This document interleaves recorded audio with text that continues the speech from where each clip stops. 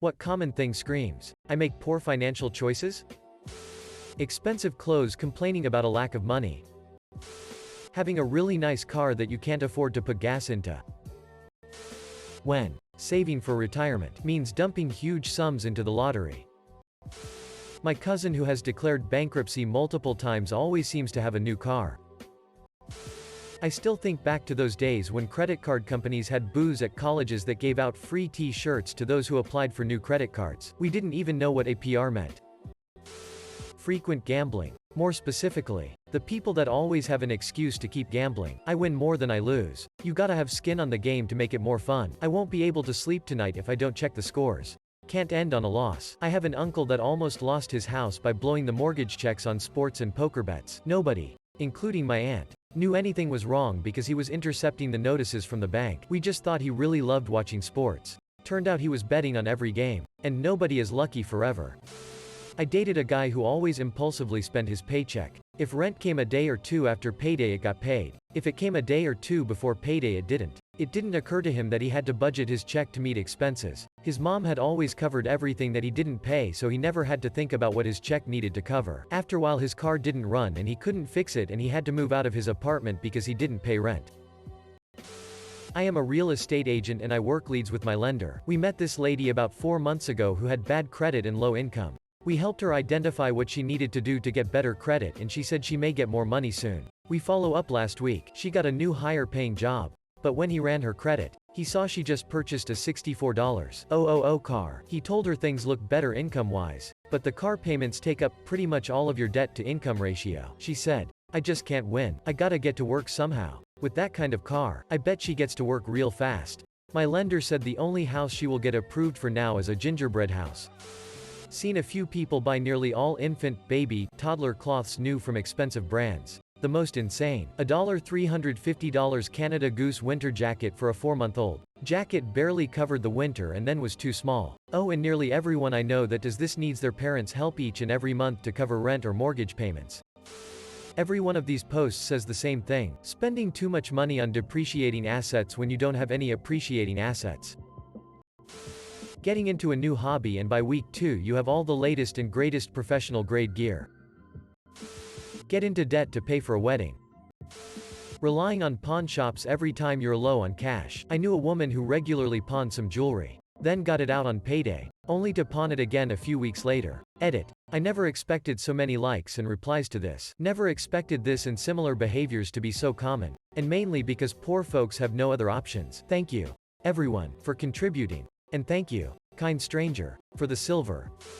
Having too much month at the end of your money. Buying a second car, convertible Corvette, after getting laid off during the pandemic. Shout out to my neighbor. Rent a center.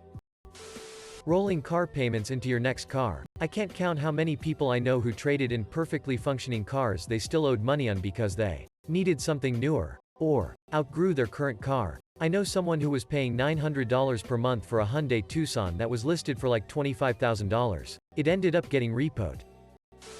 I don't know that it's all that common, but my bank account has been telling me I make poor financial decisions since at least 2019. We've been dating for 3 months. Of course, let's join bank accounts. Weekly overdraft notices from the bank, along with a stack of boxes from Amazon orders. This probably isn't as common anymore, but 15, 20 years ago. Going into GameStop and trading in a pile of games for cash, which we all know GameStop pays pennies for most trades, and declaring intent to spend it on cigarettes. I saw it weekly when I worked there. Getting another pet when you can't afford the first one. I feel bad saying this and I, in no way, am talking crap about anyone who lives in a mobile home. My husband's family is a family of 8. They lived in a 2-bedroom mobile home where they barely paid much in rent and had everyone squished 3 to a room, some sharing a twin bed, but each of the ones who could drive, which was like 4 of them, always had a car that was brand new and of the year, not used or anything, had to be brand new, no miles. They could have easily gotten a bigger place, but they never wanted to because they liked having nice cars and knew if they got a house or bigger mobile home they wouldn't be able to afford the new cars. My sister and her husband had roof damage from a winter storm. Got an estimate for repair and the homeowner insurance sent them half the money. They never did the repair, therefore never sent in the completed job invoice to get the rest of the dollar. They spent the money on BS. The house has fallen into such disrepair it's disgusting. Their front door hasn't been able to open in at least 10 years. Filing for bankruptcy, then immediately buying a new car with rims and new bolt-ons. I work with this type of person who also complains about having to work and always trying to leave.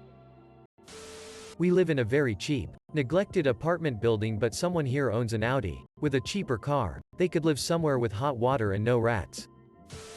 Wearing designer wear but struggle purchasing anything else. Leasing expensive cars while you have a low income. That new Camaro after your first military paycheck. Paying a drop shipping online class. Participating in a MLM scheme. I'm in debt up to my eyeballs. When there is an old sofa, broken fridge, and new Audi on the drive. Tattoos when you barely made enough for rent after borrowing money. Weed before child support. People who eat out for every meal. I had a coworker who did this, but then complained about never having any money. She'd eat out for breakfast and lunch and go down to the Walgreens for a midday snack. Going on holiday to your timeshare apartment. $4,000 rims on a $2,000 car. My employee complaining about money after he spent $1,000 on fireworks and called off multiple days to use them. Sticking with something like cable that costs $250 a month when you don't use all the things you're paying for and could easily reduce your costs. Lots of posts on the relationship subs about buying a house with a boyfriend or girlfriend then breaking up. If you think marriage is too big of step, maybe buying a house together is too? Those overpriced clothes, purses that just have the brand plastered all over them.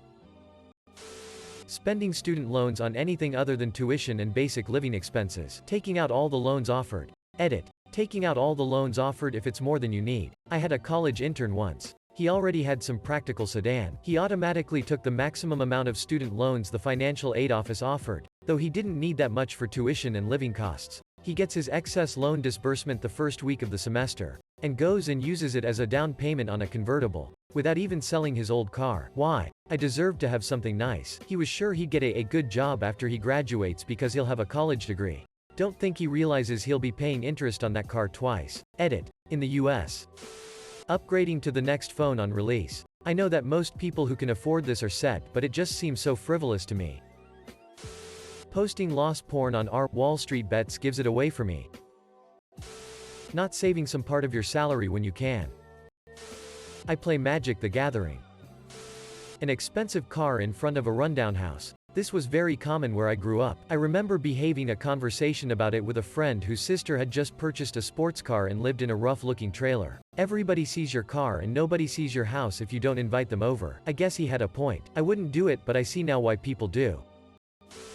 Buying the latest everything. I have a coworker who struggles to pay rent and such but buys a new iPhone every time they release a new model. Edit. Lots of justification posts minimalizing something that every financial advisor tells you not to do. The iPhone thing was an example. I have seen other things clear down to someone replacing a year-old set of rims because a new style came out, all while being on the edge of eviction. In West Virginia, having a $60,000 pickup truck sitting in front of a $12,000 house trailer. When somebody always orders DoorDash but never has groceries. Not saying I'm somebody, not saying that at all, ha ha ha ha. Having a significant amount of credit card debt.